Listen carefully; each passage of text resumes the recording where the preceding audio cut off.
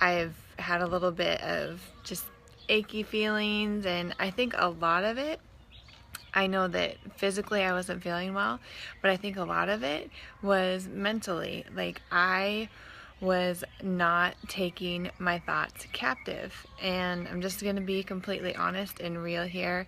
And I was spending some time in the Word this morning and yesterday and the day before.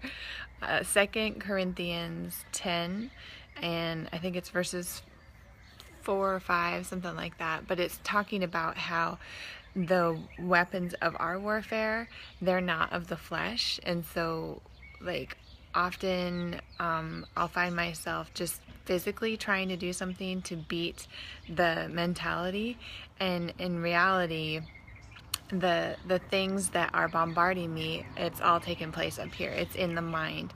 And so taking our thoughts captive and making them obedient to Christ, and breaking that down, all that means is a thought comes into your head and you just think, is this something, this is what I do, is this something that my God would say over me?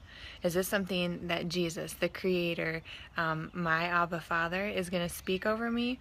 And being in His Word and knowing His Word is going to help us so much more to know, yeah, that doesn't line up with God's will. That's not His thought. That's an attack or an assignment from the enemy, or that's just my own flesh thinking.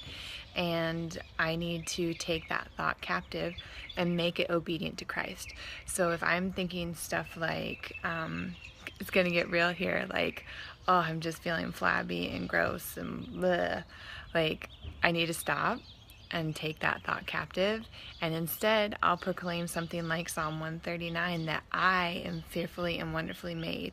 I'm made in the image of my Father, and He has prepared good works in advance for me to do.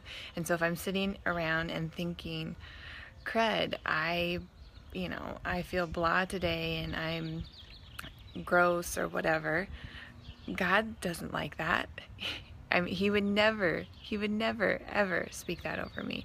So I need to take my thoughts captive. We need to take our thoughts captive and make them obedient to Christ.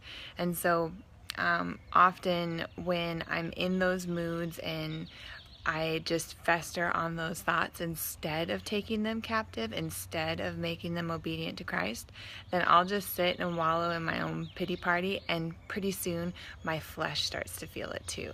Like, I start to feel and embody the thoughts that I'm thinking. And so the last couple of days I've just felt crappy, and I think a lot of it, yeah, I've been busy and maybe I have a touch of a bug or something, but I think a lot of it was me not taking those thoughts captive.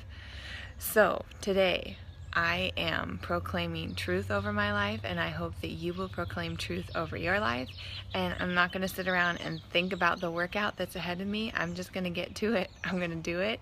And I know that physically I'll feel so much better. And as I'm doing that, I am going to think that my body is a temple of the Holy Spirit, and I am fearfully and wonderfully made, and I am walking in the ways that He has prepared for me. So I just hope that helps. I'm just giving you a glimpse into my thought life, which could be a little bit scary. But, we all have those thoughts, and we all are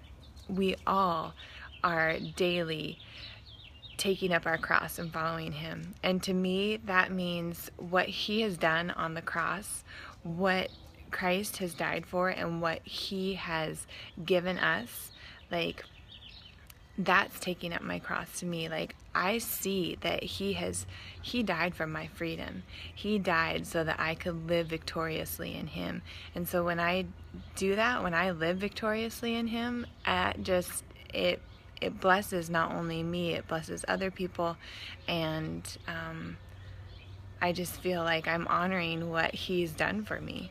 So not that I could ever repay Him, because Lord knows I can't, but I am so grateful for His grace and the gifts that He's given me. And I just pray that today you would feel blessed and really take in what it is that He's done for us.